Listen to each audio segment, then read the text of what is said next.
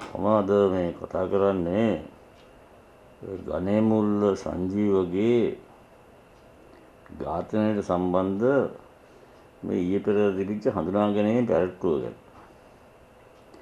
ඒකේ මට ලොකු ප්‍රේලිකාවක් තියෙනවා. ඇයි පොලිසියෙන් මේකට අදාළ වැදගත් සාක්ෂිකාරයෝ කැඳවුවේ නැත්තේ කියලා. මම පොඩ්ඩක් කල්පනා කරලා බලන්න ඕනේ. මම මෙච්චර කල් දවස් දෙක තුනක් පරක්කු වුණේ. මට යම් කරුණු කීපයක් තහවුරු කරන්න සිද්ධ වුණා. පැහැදිලි කර ගැනීමට. දැන් කැඳවලා තියෙන්නේ පැරෙට්ටුවට හඳුනා ගන්න කැඳවලා තියෙන්නේ ඒ අධිකරණයේ කූඩුවේ හිටපු සිරකරුවෝ දෙන්නෙක්. තවදුරටත් හොයනකොට මට දැනගන්න ලැබෙනවා ඒ සිරකරුවන්ට මේ තනත්තාව පිළිතිප්ප කියලා හොඳට පේනවා කියලා. මොකද විත්ති කූඩුවයි සිර කූඩුවයි එක ළඟ තියෙන්නේ. හොඳට පේනවා කවුද වෙඩි තිබ්බේ කියලා. ඒ දෙන්නේ තමයි කැඳවලා තියෙන්නේ. හැබැයි මට මතක හැටියට පොලිසියෙන් කරපු ප්‍රකාශවල මාධ්‍ය ප්‍රකාශවල ඉස්සෙල්ලාම කිව්වේ මේ තනත්තා ඔය වෙඩි තිබ්බ එක්කෙනා ගිහිල්ලා බාර් ටේබල් එක කියන්නේ නීතිඥ මහත්තයා වාඩි වෙන අර මේසේ තියෙනවනේ ටේබල් එක.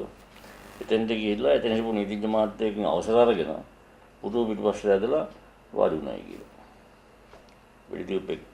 වෙඩිකාරයා. ඒ නීතිඥ මහත්තයා කැඳවුවෙත් නැහැ. ඊළඟට මට මතකයි තිබුණා තවත් නීතිඥවරියක් ඔය උසාවියට ඇවිල්ලා තියෙනවා ඒ වෙලාවේ. එතුමිය කියලා තියෙනවා මම දැක්කා කියලා වෙඩි තියෙනවා. එයාව කැඳවලත් නැහැ. ඊළඟට ගරු මහේස්ත්‍රාත්තුමිය. මහේස්ත්‍රාත්තුමිය ඉස්සරහට වෙඩි තිබ්බේ. නේද? එතුමිය කැඳවලත් නැහැ. කැඳවලා තියෙන රිමාන්ඩ් එකේ හිටපු කූඩුවෙටම දෙන්නේ. ඇයි අනෙක් කටේ කැඳවෙන්නේ නැත්තේ?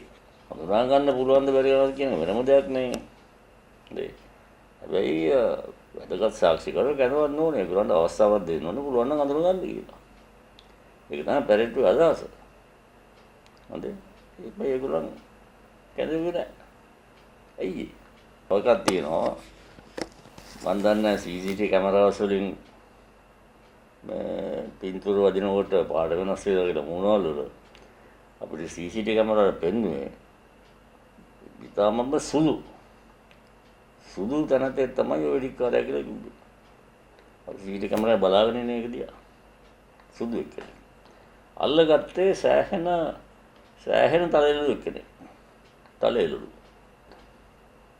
So I don't know whether CCTV cameras have a way of changing the color. හැබැයි ඉතින් කියන්නේ මේ පැය 12කින් අල්ලගත්තා කියලා මොකද ටෙලිෆෝන් එකක් හොයාගත්තයි කියලා.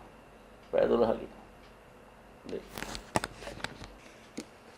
අනිත් එක මේ ඔය සම්පූර්ණ සිද්ධිය පිටිපස්සෙන් ඉන්න එක්කෙනා අර සිව්වන්ද කියන කාන්තාව හොයාගන්නවත් නැහැ. පැය 12න් අවල්ලගත්තා නම් මට තේරෙන්නේ නැහැ මේ පොලිස් ටීම් 5ක් දැම්මලු 6ක් දැම්මලු 7ක් දැම්මලු අර DIG යටතේ මේ SSP යටතේ අරකයි මේක කිව්වෝනේ. හැබැයි එයාව අල්ලගත්තේ නැහැ තාම. මම හිතන්නේ රටෙත් නැතුව. එයා තමයි මේක ප්ලෑන් කළා කියලා කියන්නේ. හොඳේ.